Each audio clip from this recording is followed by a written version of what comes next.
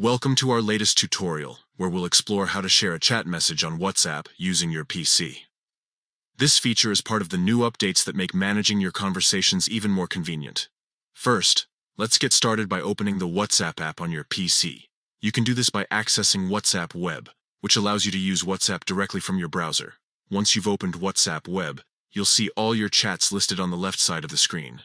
Navigate to the chat that contains the message you want to share.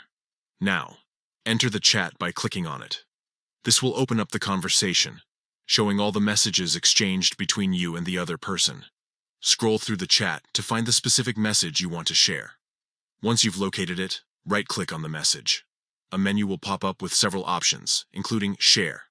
Click on Share to proceed. The next step is to decide where you want to share the message.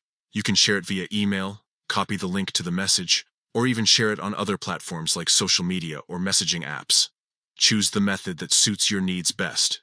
If you want to share it via email, for example, select the email option, and WhatsApp will open your default email client with the message content ready to be sent.